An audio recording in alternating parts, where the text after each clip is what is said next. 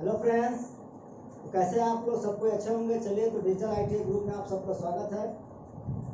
आज हम आपके लिए लेकर आए हैं एक important news for China and India, comparison of company and factory and how can we can not use China product. आखिर हम लोग चाइना का सामान क्यों यूज करने के लिए मजबूर हैं? आज पूरे दुनिया में, विश्व में हर वो चौथा सामान, चाहे वो खाने वाला हो, चाहे वो पहनने वाला हो, चाहे वो टेक्निकल संबंधित हो, सारे चीज पूरे विश्व में चौथा सामान चाइना का है। अब बात आती है कि आखिर ऐसा चाइना ने क्या किया कि 1950 और 1975 के पहले तक वहाँ भुखमरी का हाल था, महामारी था, लोग भूखे मर रहे थे, नंगे मर रहे थे, वहाँ खाने के लिए नहीं था। लेकिन 1978 के बाद आखिर ऐसा हुआ क्या कि चाइना आज और दुनिया का मैन्युफैक्चरिंग और इंफ्रास्ट्रक्चर का हब बन गया। यानी कि सारे दुनिया की जो कंपनी होती है वो चाइना की तरफ ही क्यों जाना चाहती है? बाकी देशों में ऐसा क्या है या क्या नहीं है, और चाइना में ऐसा क्या है कि बाकी सभी देशों की कंपनियां हैं जो चाइना में मूव करती हैं?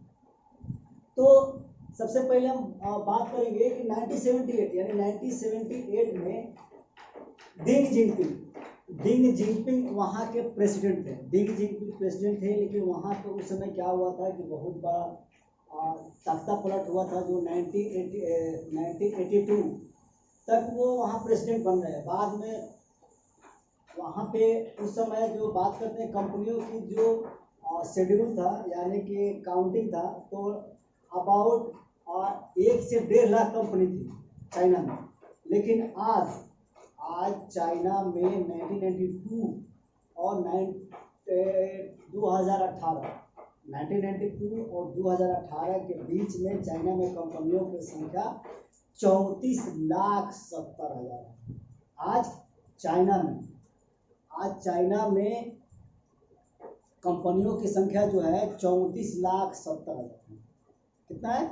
34,70,000। जो एक गुड्डा गुड्डी का खेल का जो सामान होता है, बम बारूद और खाने वाला, ब्रश करने वाला, वो हर चीज़, चड्डी बनियान, हर चीज़ वहाँ अपने पास मैन्युफैक्चरिंग करता है, इंफ्रास्ट्रक्चर का हर चीज़ देता है। तो आखिर ऐसा क्या है वहाँ पे क्या है कि चाइना ने सबसे पहले क्या किया कि वहाँ पे स्किल पे ध्यान दिया। स्किल क्या है कि आप कोई भी टेक्निकल पढ़ाई करते हैं तो वहाँ में थ्योरिकल होता है और लैब होता है, यानी कि स्किल होता है। थ्योरी तो मैक्सिमम लोग अच्छा से पढ़ लेते हैं, लेकिन जो स्किल होता है, प्रैक्टिकल होता है, वो अच्छा से नहीं कर पाते। उसी चीज़ पर चाइना ने ध्यान दिया, उसी चीज़ को क्या किया, दुरुस्त किया। और चाइना में सबसे पहले क्या था कि जो सस्ता मजदूर था, वहाँ पे वो कंपनियों को यह भरोसा दिया कि आप हमारे पास आइए, हम आपको हर वो विधि व्यवस्था देंगे जिसकी आपको आवश्यकता है। कंपनियों ने धीरे धीरे वहाँ पे मूव करना स्टार्ट कर दिया और वो चाइना के जाल में फंसना स्टार्ट हो गया। वहाँ पे क्या था कि चाइना ने एक रूल्स बनाया कि आपको हमारे यहाँ कंपनी लेकर आइएगा तो हमारे देश के जो बेरोजगार है उसमें आपको 70% जो वर्क होगा वो चाइनीज होंगे। यानी कि आप अपने, मान लीजिए अमेरिका का कंपनी है, इंडिया का कंपनी है, कोई भी कंपनी वहाँ पे जाती है तो अपने देश से ज़्यादा आप वहाँ पे वर्कर लेके नहीं जा सकते। वहाँ ऐसा रूल्स बनाया गया है कि जो भी कंपनी जाएगी वहाँ के लोगों को ही 70% जॉब देगा। इससे क्या हुआ कि चाइना धीरे धीरे इस चीज़ को ग्रोथ करने लगा। आगे चल के क्या हुआ कि वो अपने मजदूरों का जो सैलरी था, जो पेमेंट था, धीरे धीरे इंक्रीज करते करते आज बहुत हाई लेवल पर लेके चले गए। आज हमारे इंडिया में नॉर्मल जो लेबर मजदूर है उनको 5 से 10,000 या 15,000 से ज़्यादा नहीं मिलता है, जबकि वहाँ पे जो जनरल लेबर मजदूर है उनका सैलरी अप्रोक्स 30,000 प्लस है। हमारे पास जो सेना में जाते हैं या फिर बिहार में जो भी जॉब में जाते हैं उनको 30 प्लस नहीं मिलता है, जबकि वहाँ चाइना में ऐसा कंपनी में काम करने वाले को मिलता है। इसलिए वहाँ के लोगों का जो मूव है वो कंपनी की तरफ ज़्यादा है। तो ये बात हो गई चाइना की। और चाइना क्या है, जरूरी नहीं, मजबूरी हो गया है, क्योंकि वो हर एक सामान जो दुनिया को ज़रूरत है वहाँ पे मैन्युफैक्चरिंग करते हैं। अब हम बात करते हैं कि आखिर अब धीरे धीरे पूरे विदेशी कंपनी चाइना से निकल कर इंडिया में क्यों आना चाहती है? आखिर इंडिया में क्या है?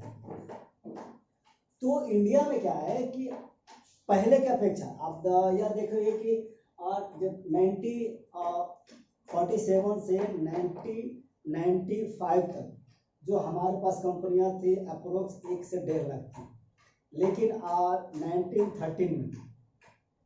1913 में धीरे धीरे आते आते हमारे पास कंपनियों की संख्या आपका 6 से 7 लाख हो गया।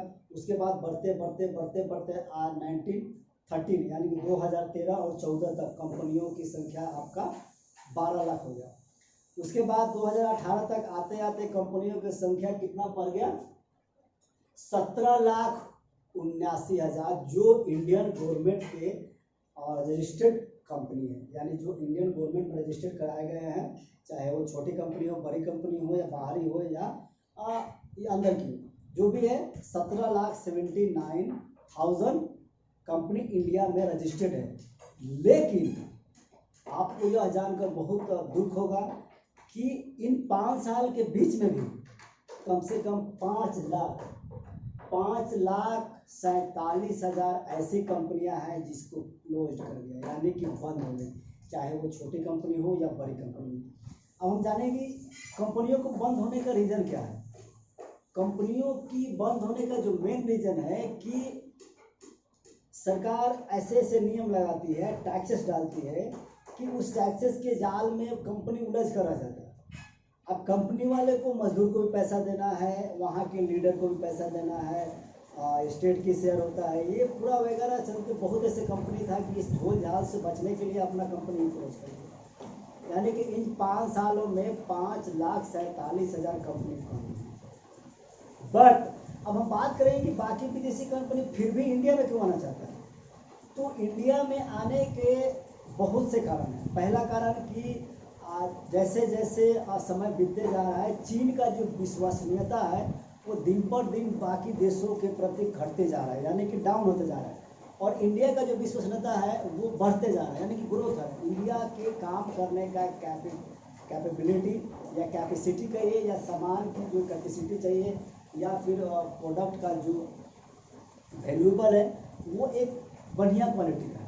इसलिए बाकी कंपनियों का जो रुझान है वो इंडिया के तरफ है। आपको यह जानकर काफ़ी हैरान होगा, आपको जानकर काफ़ी हैरानी होगी कि चाइना पर डे 50,000 जॉब पैदा करता है।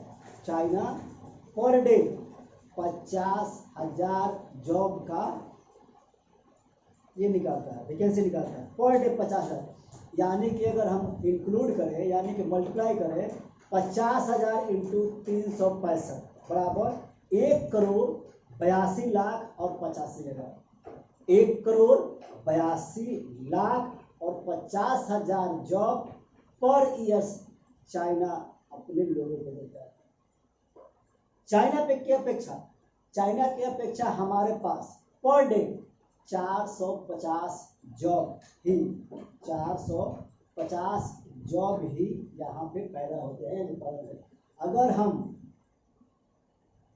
इसको मल्टीप्लाई करते हैं 450 इंटू 365, तब भी आपका होगा 1,64,250। यानी कि इंडिया पर ईयर 1,64,250 जॉब अपने स्टूडेंट्स या नौजवानों को देता है। जबकि चाइना का यही जब हम शेड्यूल देखते हैं, आंकड़ा देखते हैं, तो 1,82,50,000 पर ईयर जॉब अपने युवाओं को देता है। अब बात रह गई कि हमारे इंडिया में आखिर कमी क्यों रहेगा, रोजगार घट क्यों रही है, लोगों में बेरोजगारी क्यों हो रहा है। तो इसका सबसे बड़ा कारण है कि हर आदमी इंडिया में पर ईयर्स अबाउट 1,55 लाख, यानी 1,55 लाख विद्यार्थी जो स्टूडेंट है इंटर में पास आउट होते हैं। यानी कि हर साल आपको कम से कम 1 करोड़ से 2 करोड़ ऐसे विद्यार्थी हैं जो जॉब के लिए अवेलेबल हो जाते हैं। ठीक है। अब इतना जॉब आएगा कहाँ से? बच्चे पढ़ते भी हैं और अच्छा से पढ़ते हैं। इंडिया में यह एक आंकड़ा हमने निकाला है इस पर कि इंडिया में हर 100 में 10वां आदमी, हर 100 में 10वां आदमी चाहता है कि उसे सरकारी जॉब ही मिले या सरकारी जॉब में ही जाए। इसका कारण क्या है? इसका कारण है कि इंडिया में कंपनियों की कमी या फिर आपका कंपनियों में उस लायक सैलरी नहीं मिल रहा जिससे कि एक काम करने वाले को पूर्ण रूप से उसकी ज़रूरत पूरा हो सके। तो इसीलिए स्टूडेंट का जो रुझान है काफ़ी ज़्यादा कंपनी को छोड़कर आपका गवर्नमेंट सर्विस के लिए जाता है। दूसरा चीज़ कि आखिर चाइना इतना मैन्युफैक्चरिंग क्यों करता है, इंफ्रास्ट्रक्चर में इतना आगे क्यों है, इंडिया इतना पीछे क्यों है?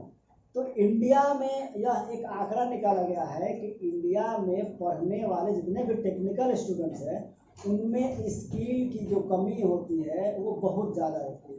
यानी इंडियन टेक्निकल करने वाले स्टूडेंट्स में स्किल की जो प्रतिशत होती है, जो परसेंटेज होती है वो 55.2 होता है, जबकि चाइना में पढ़ने वाले टेक्निकल स्टूडेंट का जो स्किल होता है 85% प्लस होता है। अब इसकी अपेक्षा तो वहाँ के लोग तो टेक्निकल ज़्यादा होंगे, यहाँ की अपेक्षा वहाँ के लोग रोजगार और जॉब में इतना रुचि नहीं है कि हमको गवर्नमेंट में जाना है, तो जहाँ मिल गया वहाँ पे चले जाएंगे क्योंकि वहाँ गली गली में कंपनी खुला हुआ है।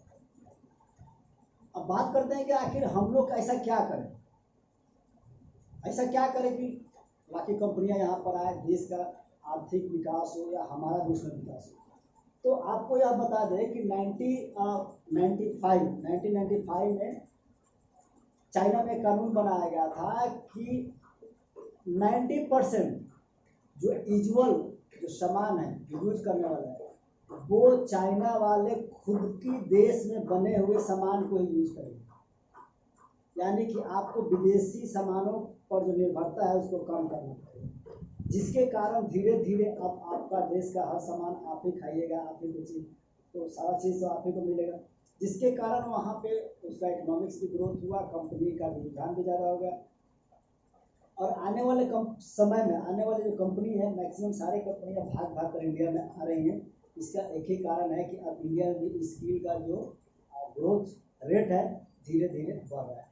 तो बस आज इतना हम कहना चाहेंगे कि वीडियो बहुत लंबा हो रहा है और थोड़ा सा है लेकिन वीडियो लंबा है, इतना ही कहना है कि आप लोग अगर आप पढ़ाई करते हैं टेक्निकल या कुछ भी तो थ्योरी पर ज़्यादा ध्यान मत दीजिए, आप टेक्निकल पे ध्यान दीजिए। थ्योरी पढ़िए, it is a most, theory बगैर पढ़े आप प्रैक्टिकल नहीं कर सकते, लेकिन कहने का मतलब है कि थ्योरी के साथ साथ आपको प्रैक्टिकल भी सीखना अनिवार्य है।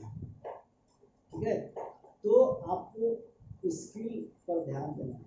ठीक है, आज का वीडियो इतना ही। वीडियो अच्छा लगे तो लाइक करें, शेयर करें और सब्सक्राइब करें। जय हिंद, जय भारत। वीडियो देखने के लिए डिस्क्रिप्शन बॉक्स में जाइए और हमारे सारे वीडियो